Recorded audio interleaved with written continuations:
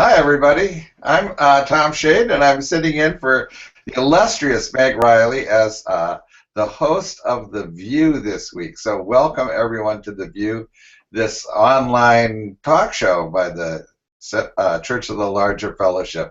Let's go around and introduce ourselves, our regulars, real quickly here for it, and then we'll come back for maybe a little bit more check-in. I'm Tom Schade, and I'm a retired minister in Ann Arbor, Michigan.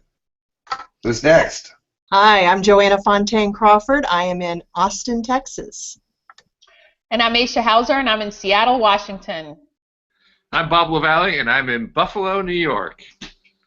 And our guest this morning is going to be Dr. Susan Newman Moore, who is the acting senior minister at All Souls Church in Washington, D.C. She's also the associate minister for pastoral care there, but is the acting senior minister while the Reverend Rob Hardees is on sabbatical. So what's going on in your town? What's up? So I am in Collar today because I'm going to be going down later into Austin for an interfaith kind of kickoff to a campaign. Synagogues and churches across the Austin area are going to be putting up signs saying like, we stand with our Muslim neighbors, or I think the other choice that you had was one that said honor God, say no to anti-Muslim bigotry. So I'm excited to see so many different religious houses of worship joining on to this.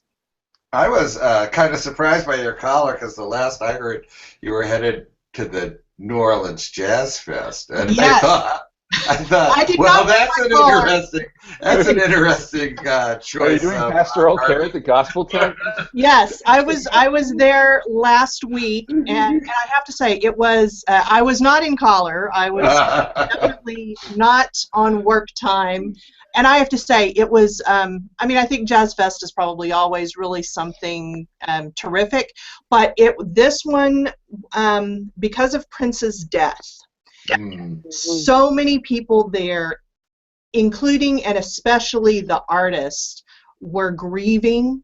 And so it was like we were all grieving together. I mean, so many of that, you know, like I saw Pearl Jam, Janelle Monáe, and like all of them were covering some of Prince's music and talking about what an influence he had, and being really vulnerable. And so as a minister, it was kind of an interesting thing for me to watch that dynamic of seeing the people who are our de facto worship leaders, you know, being willing to come out and show that they were still processing this and dealing with this. And it was a great experience. I thought you were wearing the collar because you were repenting from whatever went on there. Well, is it all right if I jump in? Yeah. Sure. Hi, again, this is Susan Newman Moore from All Souls in Washington. You know, the whole experience of worship last Sunday after Prince's death was very powerful at All Souls. Our choir and our musicians were all, ready playing, and we decided that during a period of time when we all walk around and greet each other and hug each other and welcome each other, usually the band plays something. And our guitarist, David Cole, played Purple Rain. And Reverend Rebecca Parker, who's our theologian in residence also while Rob is on sabbatical, she had on her black robe and purple stole. I had on my white robe and purple with purple chevrons and purples down the front. And when I got back up in the pulpit, we all started waving our hands, and the whole church, 800 people singing Purple Rain. The guitarist was doing the solo. He was doing the damn thing, I'm telling you. And it was just awesome. And if you go on my Facebook page, you'll see it. And because it was like, it's sort of like what Jimmy Fallon said at Saturday Night Live. He was like an icon, like a Marilyn Monroe or Woody Guthrie. And he said, and who has their own color? Purple. He had his own color. And it was just something, it was something different about Prince, unlike Michael Jackson. Prince, it was just something very spiritual in there. Michael was spiritual, but it was just something about that with Prince. And when I got up to speak for the first time in the pulpit, what I said was, "Dearly beloved, we are gathered here today to get through this thing called life. Okay, that's the call to worship I have, you know. So it was just powerful. So I like to hear the fact of what you shared about your time in New Orleans. And that's the kind of thing I love about being in the Unitarian Universalist Church, because we can sing Purple Rain at the 11:15 service. I wonder how many, this is Meg Riley here in Minneapolis. Actually, I'm in St. Paul right now, but Prince's hometown, and I wonder how many of us started our services that way. I bet hundreds and hundreds, not just of Unitarian Universalists, but all kinds of people. I'm betting he had such a broad influence, and here in Minneapolis, the whole city is just grieving. I mean, we went out that night and, you know, danced party all night downtown at First Avenue, and all the buildings and bridges were purple, and then the next day, Friday, I just, you know, everybody, we just put on purple to walk around, and it was amazing the diversity of people that I saw wearing purple, you know, old people, young people, every race of people, every gender of people. I mean, it just, he touched everybody in such personal ways. It really, and I see some people like on Facebook going, why didn't David Bowie get this, or why didn't Michael Jackson get this? And it's like, I think that word iconic, I mean, he was just so quirky. And for those of us here, you know, I didn't know him, but it's a 1 degree of separation. It's a small town, and so I know tons of people who went to school with him and this and that, and, you know, see him around all the time. There's sort of, he had just been at the record store and gone to a concert of somebody else, and so I think, you know, huge amount of shock going on in Minneapolis. And of course, I'm thrilled that they're turning the Paisley Palace into a museum, because it means I'll get more visitors here, and there's finally something to take tourists to, because mostly you just kind of go, you want to go to the park? I don't know, it's just a nice, you know, DC, there's a million tourist attractions, but Minneapolis is a nice place to live, but not really a great tourist. I will say, though, I do think it has revealed some interesting cultural and generational divides, because I definitely have seen, and I've heard from colleagues, you know, Gen Xers like me who got up and made a reference, and it was kind of like crickets at, you know, in their churches. My kids were like, who's Prince? I said, Prince sang our wedding song, Diamonds and Pearls. And then there was somebody at youth group, one of our youth group leaders, we were talking about it, said, who's Prince? And this was an older woman. So I was like, yeah, the Gen Xers were kind of stuck in the middle between people who genuinely maybe just, I don't even know how you cannot hear of Prince. And then, anyway, it was fun.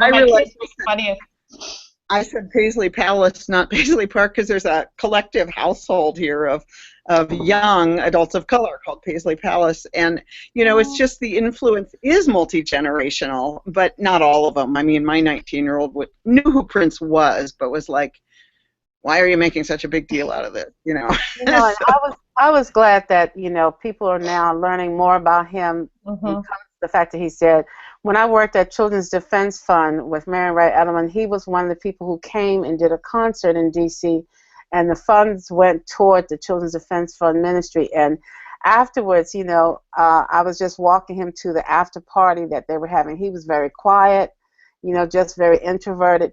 And he belonged to the union for over 40 years and was a great advocate for musicians' rights and everything, and did a lot for the working poor, but because of it being a Jehovah's Witness, they don't promote what they do.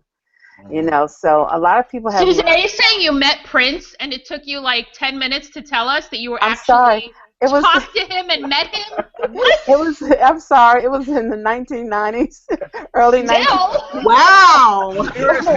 Prince one day. Yeah. I was talking with Prince. Well,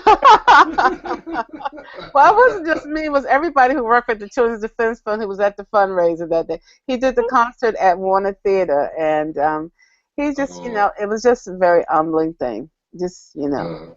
Yeah, I saw Van Jones did an interview about that. I didn't know that with Jehovah's Witnesses, that they don't want it to be shared. They feel like that diminishes what they give. And then all kinds of people started saying that he had supported all kinds of causes for youth and Black Lives Matter and all kinds of different things, that he's been, but super behind the scenes. And having not hung out with him as Susan has, but just even from watching.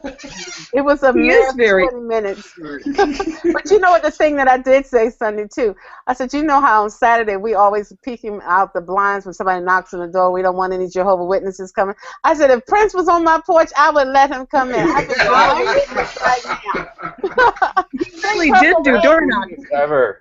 I think it's amazing that both Michael Jackson and Prince were Jehovah's Witnesses. Yes. You know, and well, Janet Jackson is as well. You know, just the kind of.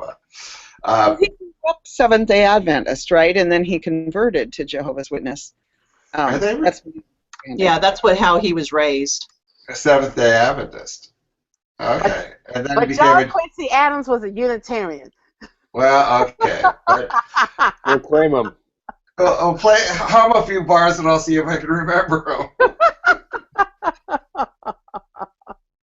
He did not get down. That was part of the deal about John Quincy Adams, was that he was not, you know, exactly a fun guy. But you know, it's interesting, growing up Christian and growing up in the neighborhood of All Souls Church. I lived in walking distance of All Souls Church all my life. And I went to John Quincy Adams Elementary School, which is not far from the church. And growing up here, and when I was in high school, African Liberation Support Committee was doing work anti-apartheid in South Africa.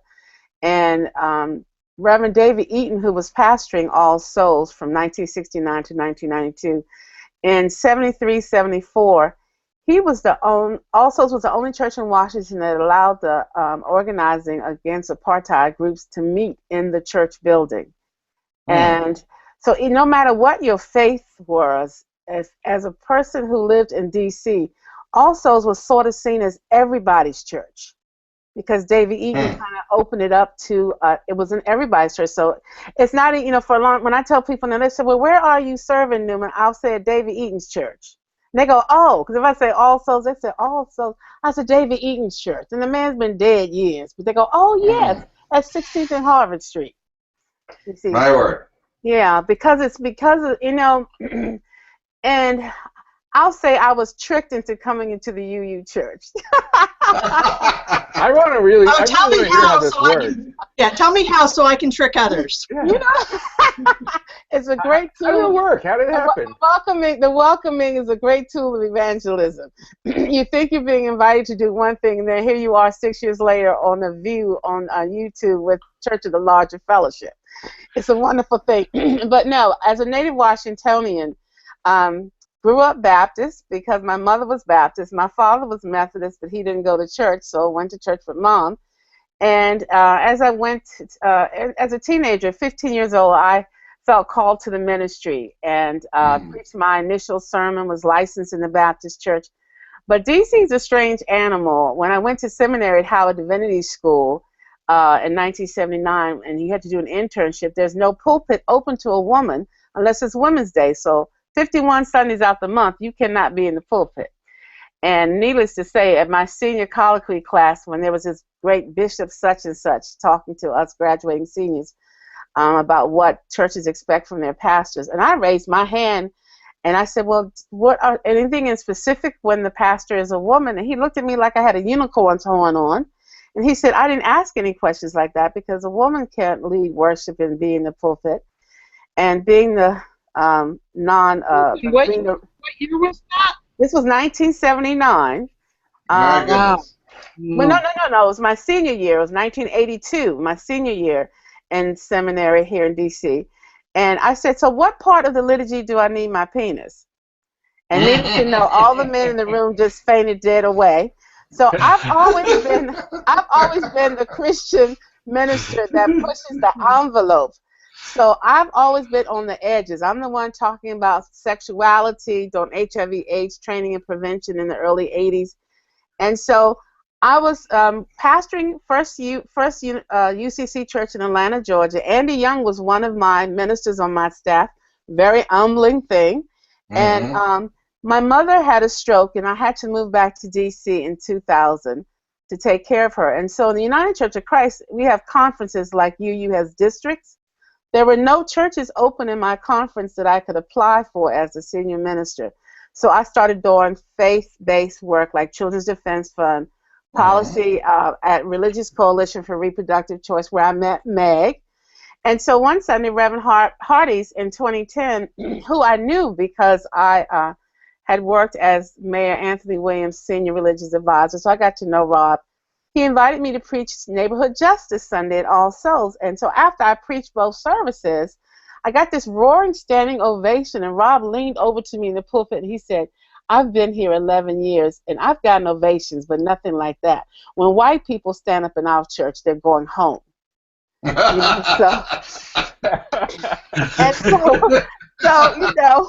but I felt something. I felt a connection with the people, and it never really clicked in my head about that Unitarian churches were different than any other Christian church. It never really clicked because All Souls has always been that open and welcoming of all people.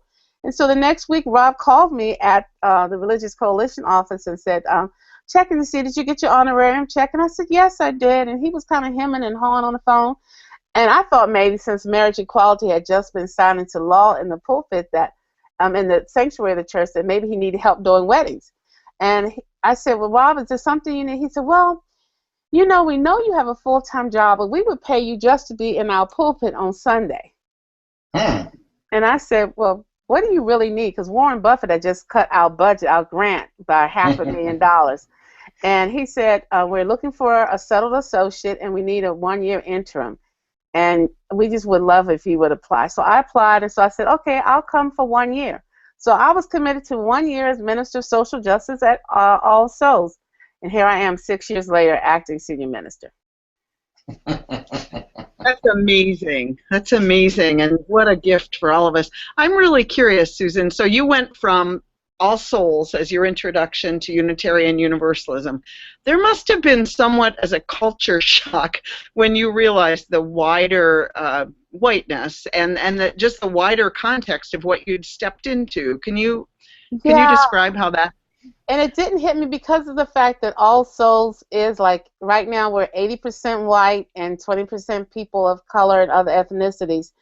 And the music is such world religion. We have jazz, we have gospel, we have everything, you know. So it didn't start hitting me until one Sunday after I preached, I sang a song, a Mahalia Jackson song. And you would have thought I had just, you know, sacrificed a cow up in the pulpit and poured the blood on the floor. I mean, and the thing is, I mean, because you know, you don't get, well, no, in a bad way, because, you know, it's sort of like, you know, in the black church, I'm used to talk back. You know, you're preaching in the black style of preaching, folk and fine art. You know, amen, preacher sister, come on now. You know, I'm used to a little talk back. But with All Souls, you get, you know, I have found in predominantly white denominations and settings, you get feel back. And even in some black, you know, high liturgical settings, they don't talk back, but you get the feel back. But all of a sudden, it was like a rat could have pissed on cotton. The sound was so deafening. And I think the song that I sang was a Mahalia Jackson song. I found the answer, I learned to pray. And the song says, keep your Bible with you. Read it every day. Well, honey, I didn't know. So then I realized that it's sort of like, doing new members orientation over the months, I found out that a lot of the people who have come to the UU Church are what I call refugees from the Christian church of their birth or family of origin. There are a lot of people who were raised UU, but there are so many at All Souls who've come from the Catholic Church in particular, from Christian churches that they've had bad experiences. So they feel that the UU Church is sort of like the neutral zone in Star Trek. And so then here I come again. I decided to take a Star King seminary class online about the history of liturgy and worship, and, you know, and I said, well, the Congregational Church, which is UCC, and the UU folk separated in 1815 over that little bitty issue about the Trinity. That little bitty issue of the Trinity. And so after a few months, when I decided I did want to consider applying as associate pastor, we went on a conference where large congregations that had 500 or more members gathered. I remember seeing There, it was here in St. Yes, Paul. Yep. yes, it was. And we went to Ella Isaac's church for one day with all of our staff, met with his staff, and then we went to the conference. And all of a sudden, I mean, 95% of the people were white, male, and over 60. And when the evening worship was held, there were women there, but not one woman led anything in the worship, not a prayer, not a scripture. They did have this one older white lady who made an announcement at the end of the service. And so all Rob Hardy's, Louise Green, all of Gabrielle Farrell, all the All Soul staff came running to me because they knew I was candidate. They said, please, please don't leave us. This is not how the everything is. The whole church is not like this. So I just, you know, and again, and it's something I talk about now. I talk about know before you go. I just thought All Souls Church was all of the UU Church. And so that was like an awakening thing to me. And it's not like it was my first time being in a predominantly white setting because I'm UCC. Mm-hmm. But it was not just the racial makeup, but it was how Christianity was received. Me as and my first Sunday was the questions of faith. And when people just ask questions, because Rob just got back from vacation, it's August, and I said the first Sunday there that I was a flaming Christian. And I didn't know that that was going to be received in the way. And I think people thought I was like Jerry Falwell or Jonathan Whitfield, Sinners in the Hands of an Angry God. That I'm the canary. I was willing to be the canary in the mine. If the UU Church wants to say I'm dedicated to being multicultural, multiracial, then I'm saying I am willing to help you do that. But then all of a sudden, as a canary in the mine, I found myself not singing. Huh. You see. So it wasn't all bad, but that was a cultural shock for me, Meg. Oh, I'm sure it was. I mean, I've taken staff to GA, you know, African American staff members who are in. I mean, I warn them, but there's something about the sea of it coming at you that I think you can't. It's sort of like, you know, someone's going to die and they die. You know, it's different. But it's going to be interesting this year at GA. You know, Black Lives VUU is going to be more visible, and I'm just curious how that will go. I hope very well. But how's the Christianity? How's that evolved at All Souls? Well, you know what's interesting is that it took a period of time, and I guess it took a period of time of people getting to know me, to know what kind of Christian I was. You know, I mean, here I am. I write books about sex being a wonderful thing and a gift from God, and that Jesus said, love your neighbor, not your neighborhood, you know. So I wrote a book called, Oh God, A Black Woman's Guide to Sex and Spirituality. So again, like I said, I'm the Christian who's pushing the envelope on the Christian side. So I just knew, oh, I would fit in with the UU Church. I'm, you know, open, affirming. I perform weddings of same-gender loving people.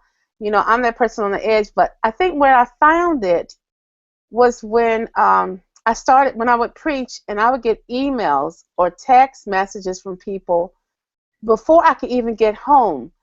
And it was not so much I said something, it was because of what I represented.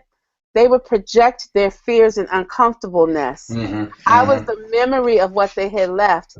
And so what I did is I started writing my prayers to make sure I didn't say, Lord Jesus, Master, let me walk with thee, Father God, in the name of Jesus, anything like that. I started writing my prayers every Sunday. And after service, there would be occasionally someone who would say, your prayers were just heavily Christian. And I said, what do you mean? And I would hand the prayer to them out of my worship book, and they would read it. It was just that the fact that they know I'm Christian, you see. So, and you know, Rob, trying to be helpful, Rob is like, well, you know, we love you, and so many people who love you, and just don't pay attention to that. And I'm thinking, I'm not bringing the ministry that I can bring to this congregation if I ignore this. You know, it is the elephant in the room. There are so many people who are Christian in the congregation, but they've been closeted because they didn't want to come out as. I found out there was a Christian UU fellowship. And yes, there is. Yeah, and I met them at the GA, and it was wonderful, you see. So it has been interesting. And then, of course, Let's jump in on that point, Susan, if I might, because this All Souls was the church I was going to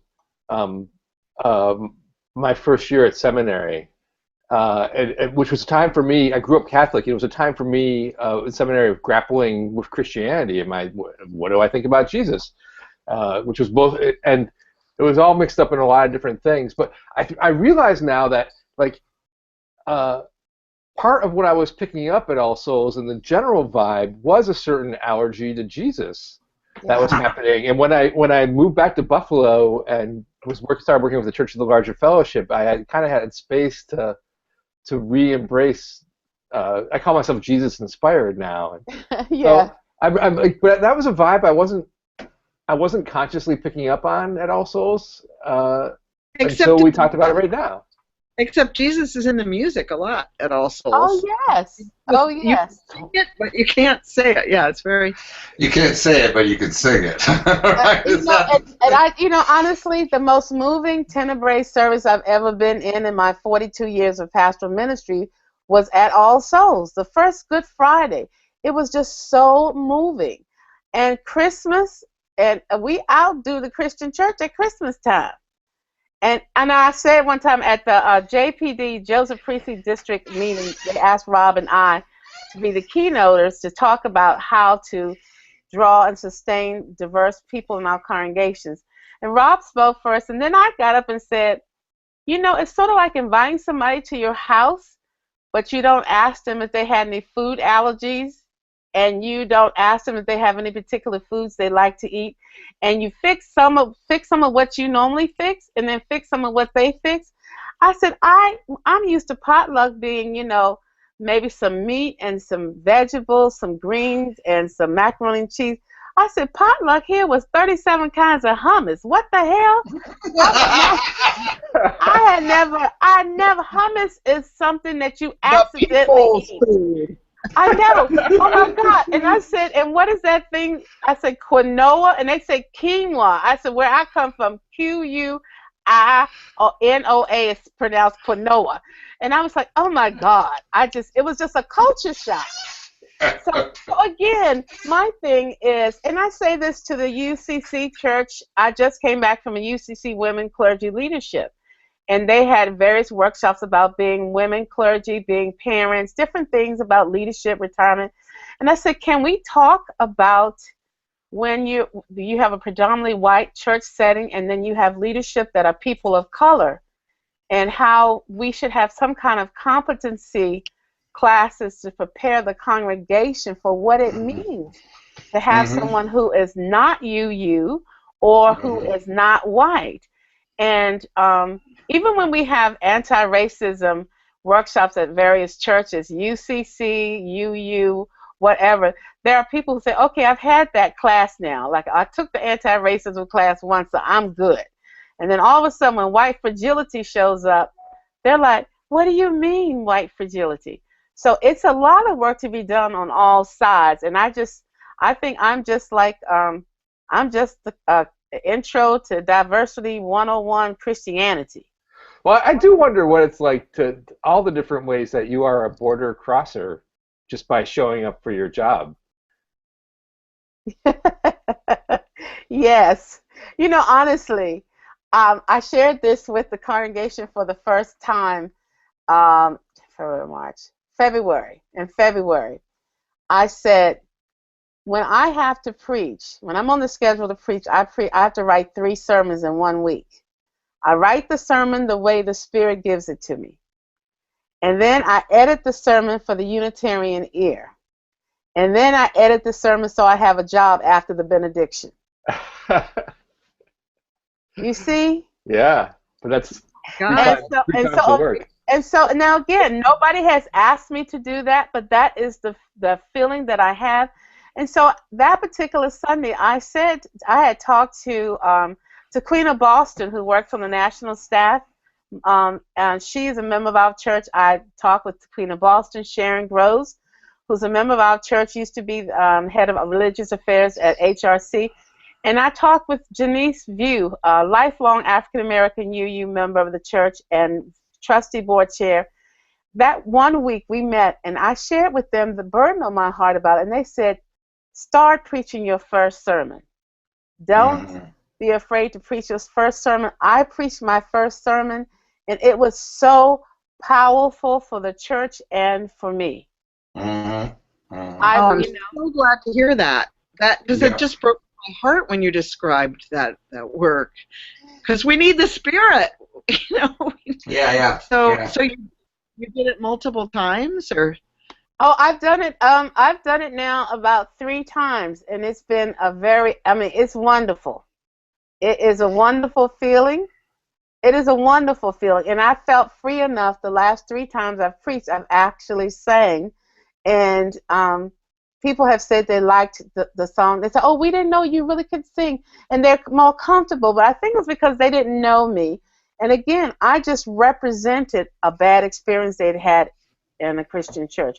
Now, what has helped me is coming to Finding Your Way Home retreat, when the people, professionals of color, gather and we share, and then when other white allies in the UU denomination that I've gotten to know through our Chesapeake UU Ministers Association meetings, even here in my own church, some of the folk who've been members of All Souls for years, some of our senior citizens, Silver Souls of all races, they have taken time to talk with me, and it's not all the folk, it's just everybody's coming from a different place.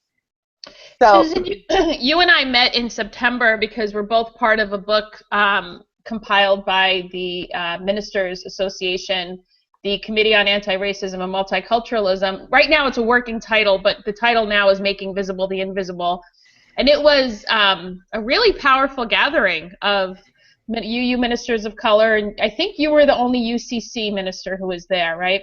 Yes, that's right. That's right. It was, we could talk a little bit about just maybe our chapters, but I'd love to hear about your chapter. And it was a really compelling experience being together, because a lot of people had a different version of the same story of how to bring our authentic self and yet keep a job after the benediction. Right, exactly. People being uncomfortable,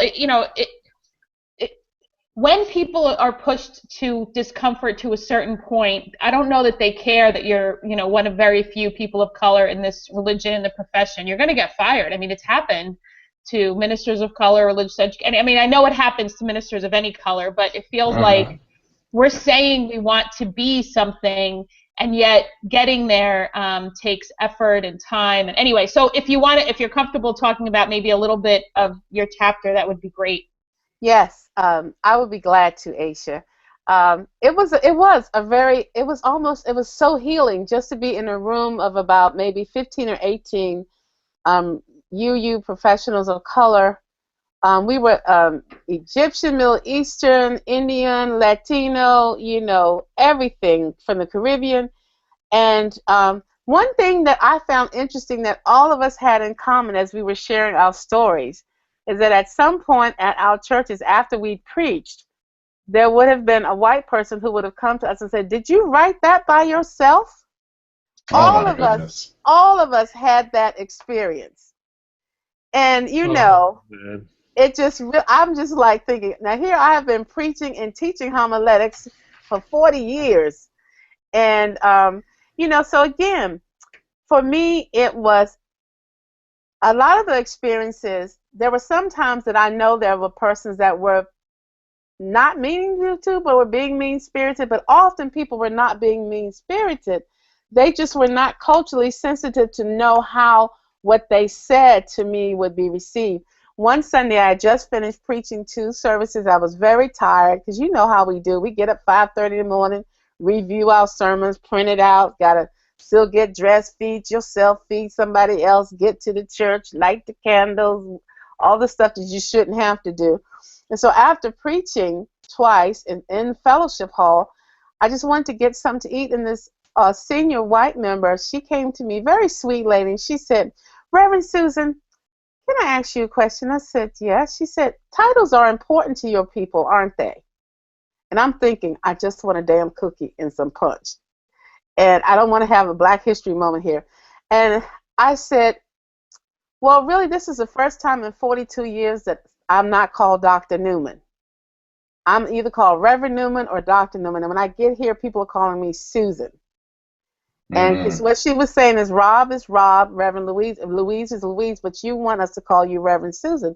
And I said, well, it's just that it's important. I don't have the privilege to not be called by the title that I've earned. 4 years of college, 3 years of a master's degree program, and 3 years of a doctorate. I said, and it also implies an intimacy that does not exist between us. I would never call my pastor David. He's Reverend Pastor Durham. So that cultural thing again. And then she went further and asked, she said, is it because you all were called boy and girl for so long? And I said, no. It's because I'm the first person in my family to get a doctorate degree. For the first month after graduation, everybody in my family, no matter what you call me doctor.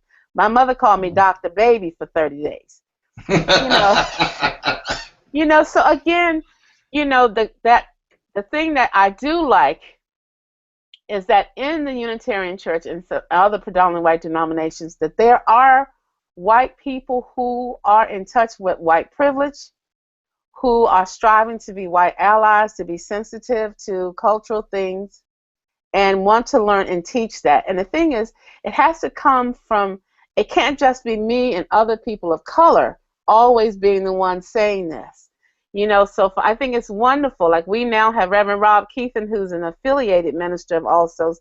Rob is teaching an adult spiritual development class on how to be a white ally. And I think it's a wonderful thing. So that was just one of the experiences that I had.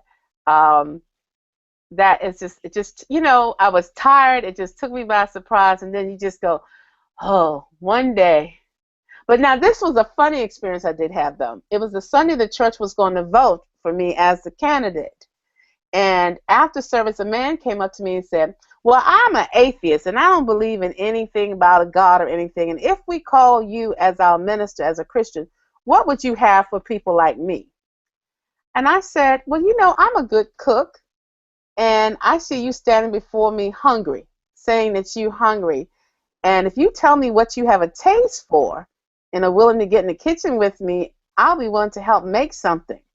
I said, but answer a question for me. As an atheist, why would you come to something called a church on Sunday morning? I would be at the Marriott drinking mimosas, having a good old time with my friends, instead of sitting up in the church. And I said, and then you get upset if I say the word God or Holy One in my prayer or sermon. That's like going to the circus and getting pissed when a clown come out. It's a circus. I said, we're a Unitarian church, not a Noatarian church, you see. Boy, we are so uncomfortable with theological diversity, even though it's supposedly what we're about. But it's worse than that. It's, it's worse than being uncomfortable with theological diversity. Susan, what you just said, you hit the nail on the head. We gather on Sunday mornings. We're very Protestant in how we operate, but yet we have people coming to church and not wanting to hear the word God. My husband at one point said to me, why don't Unitarians just become a country club, because that's what you are. Why are we even pretending to be a religion? And I'm like, no, I'm trying to help change it. But that's the worst part for me. It's like, pick one. Just be what you want to be, but don't go to a church called All Souls and then ask that no mention of God or anything happen. That gets my goat, a lot. Well, what was your chapter about, Aisha? Oh, sorry, Joanna. I want to hear what your chapter was about, Aisha. Natalie Fenimore, Reverend Natalie Fenimore of Shelter Rock, and I are writing about religious education and being religious educators of color in a congregation.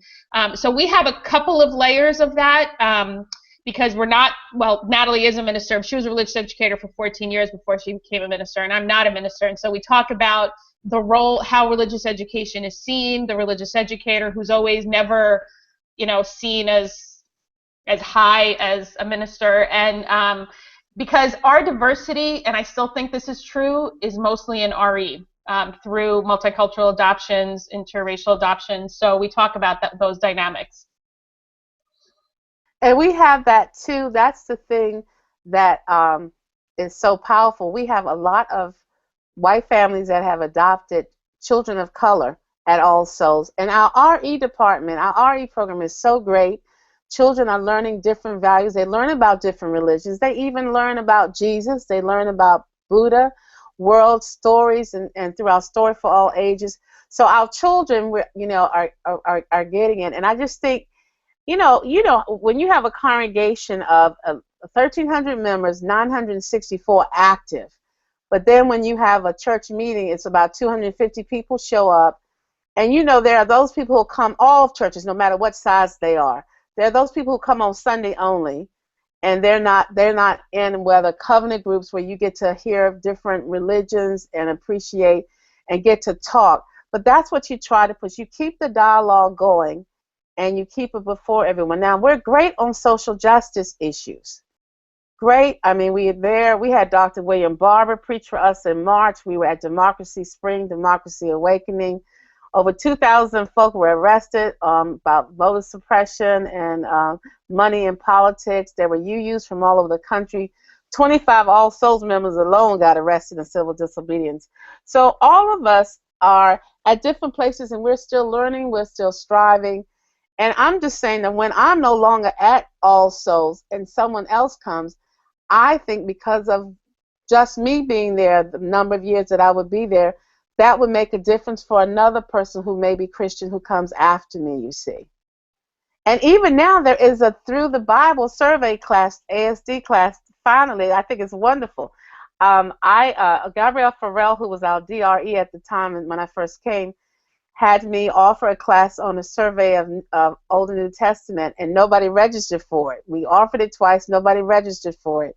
And so now, 6 years later, it's of course being offered, and members of the church are doing it together, and folk are coming. So it's, it takes time. I love that story. 3 times is the charm. Yeah. I gotta say that, yeah, like that is massively countercultural for that church. I really love that. Well, it's interesting to me that when did that start? Okay, 3 of us are trying to talk at once. I'll step back. Okay, now somebody has to talk, right? When did that start at All Souls? I mean, when did it become so kind of that wasn't David Eaton, was it? I mean, he was. I mean,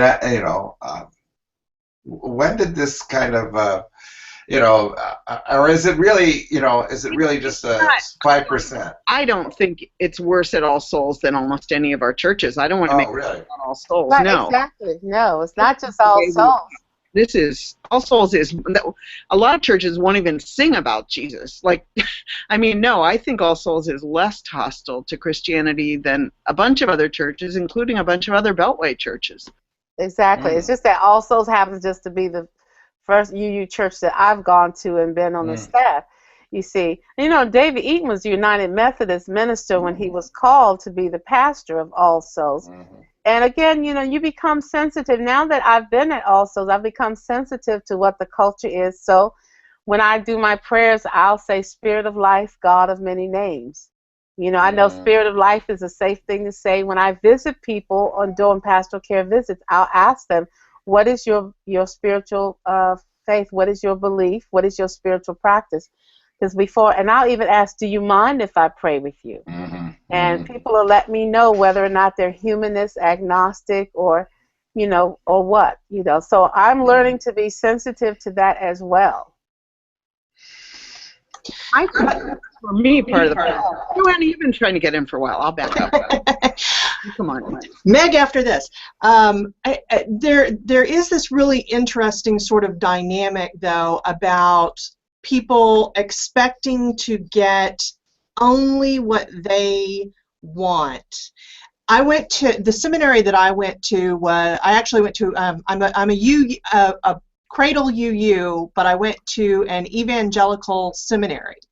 And the majority of my classmates were AME or National Baptist. And they were so much better at using their universal theological translator. If I preached in chapel, I wouldn't say Jesus, but they would project that because that was what would feed them. Like they didn't need me to actually use their preferred terms. They could put it in. And this is a big question for me, and I use, it's a Star Trek term, universal translator. I'm always trying to hit that. We're the ones with it, use your translator. But I do think that there are some kind of weird entitlement issues embedded in all of this. Say more, would you? Who's entitled? Well, and that's the question, is the people who are coming to church who are saying, this is what I expect to receive. I do not want to hear these words. I do not want to hear this. It needs to fit within this box. And so it was very interesting for me as a UU in this Christian, pretty conservative Christian world, of seeing people who just, like, that would not have even entered their mind. They, because God is with them, and so they don't need me to be labeling it. They can provide that themselves.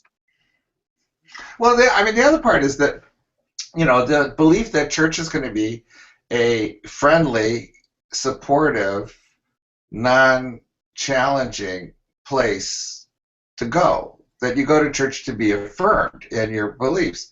Well, that's a pretty limited definition of what the church is supposed to be.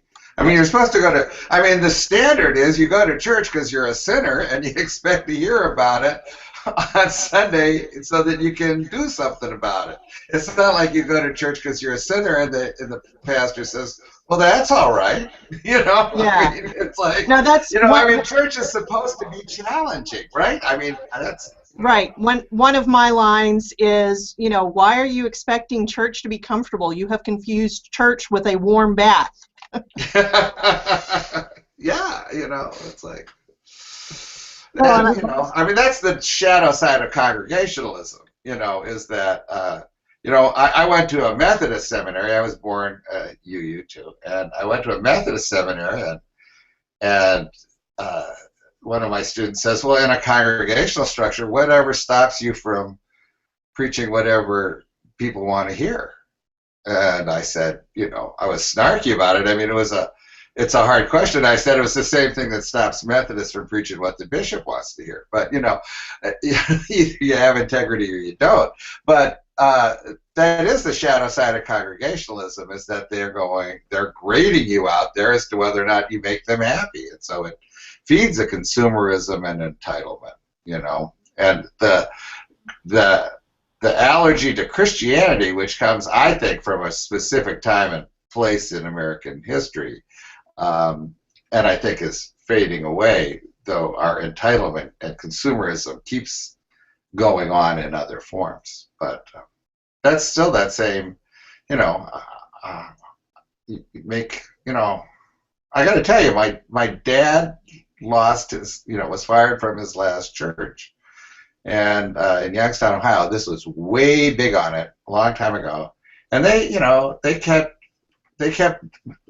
numbers on. There were people who were keeping in their order of service the number of religious references they found offensive in his services. Meg, go ahead. I just was going to say I just wanted to say how much it is easier for those of us who are white to point out entitlement than for people of color to do it. And especially those of us who grew up in this movement and who say it from within. And I just see this really just different reaction when my colleagues of color have lifted up the same things that Joanna and Tom just said. I just want to name that because there is incredible entitlement woven through so many aspects of our congregational life, and white fragility has it respond really differently when white people say it, when people of color say it. I feel like, I also grew up UU, interestingly, three of us here, and I went to a UCC seminary, what was then and is not now, with great excitement I say, very white UCC seminary. And it wasn't until I interned in a black church that really used black it was a multiracial church, but the minister preached black liberation theology, that I said, I don't even know this Bible. I don't even know this Jesus. I don't even know this God. And I think so many, and I had been, you know, in the lesbian community, a lot of white lesbians before going, you know, to Boston and interning there, and I remember this huge fight that happened around some white lesbians talking about Jesus as another white guy, and some black lesbians getting really mad about that. And I had gotten it that it was wrong, but I hadn't really understood, like, how wrong it was. And so part of it is that the God that people have rejected has nothing to do with the God of black liberation theology. It's an oppressive God. And so it's, I mean, we all get into that. The God you don't believe in, I probably don't believe in either. But I think when we're crossing cultural and theological lines, it's so hard, because if I hadn't been kind of the white person thrown into that, I don't know that I would have gotten it, because it took me months to get it, and I would have left if I didn't need the credit, because it was terrifying. And so how do we build theological literacy, Susan? I'm curious, because sounds like you've been all over the place I mean, I don't mean theologically, but I mean the communities that you've served. You've been all over the place. Yeah, because, you know, I have been in ecumenical settings, you know, studied theology at the Ecumenical Institute in Geneva, Switzerland, have done this in Africa, and I guess that's why I take it. And I come from a United Methodist background. My grandfather is United Methodist, my 6 uncles. One was a bishop in the United Methodist Church, one a district superintendent. My father was the only child that was not a preacher. He was the black sheep of the family. That's why I didn't grow up United Methodist. But so what I do, I always encourage people to find the common ground. You know, the ministers of the church, we each have a Sunday off each month. Rob and I, we each have a Sunday off. And on my Sunday off, I go worship at my home church, which is Covenant Baptist United Church of Christ. Dennis and Christine Wiley are the co-pastors. And we are a very progressive church. They're the church. They changed the church's constitution to perform same-gender loving weddings. We lost half of the membership, but we've gained new people back. So I've always been a part of progressive Christian faith and working with people of all faiths, you see. As a senior advisor to the mayor, my Interfaith Council, we had people who were everything. And I just tried to find the common ground of what it is that we share together. And everybody has I say there's nothing, the 7 principles of the UU Church are in total harmony of Jesus' Sermon on the Mount. If you want to find common ground, you can find it. But if you want to be just that type of person that wants to be calcitrant, you will not find it. You want to argue, that's fine. I will not contribute to that. You see, I will try to find the common ground and see what is it that we can do together that would improve the life of people around us. Because while we're bickering over whether or not Jesus was the Son of God and rose on the 3rd day, people are still being murdered by the minutes. You see what I'm saying? We're still at war. We still have people running for office that we're not too sure about. So I love doing, and see, for me, you know, as James Cone talks about Jesus being, you know, the God of the oppressed, I don't have, you know, the God that I serve is the God that cares about people being murdered, cares about war, cares about people not having a living wage and affordable housing. So those are the things that I try to find common ground on and lift those up. And I meet people where they are. If you were at the well, Jesus will ask you for a glass of water so that he can get in your business and change your life.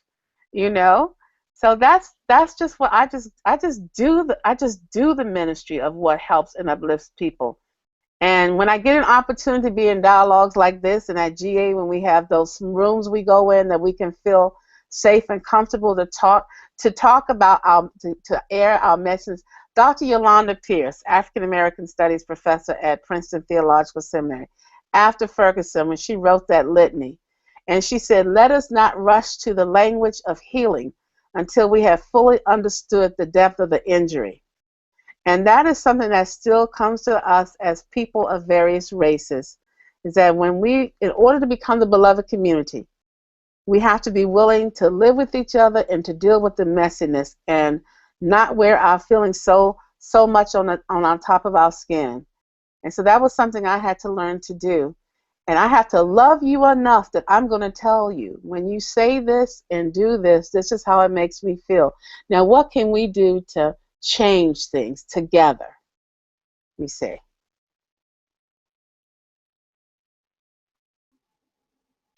Well, I wish I were still in D.C. to come and hear you. It's really so exciting to hear about your ministry there, and Thank you. It's a great church, and thanks for serving it. For serving I'm the looking movement. for, I'll be at GA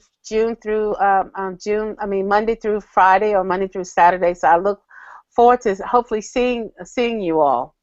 Yes. See you there. Oh, that's great.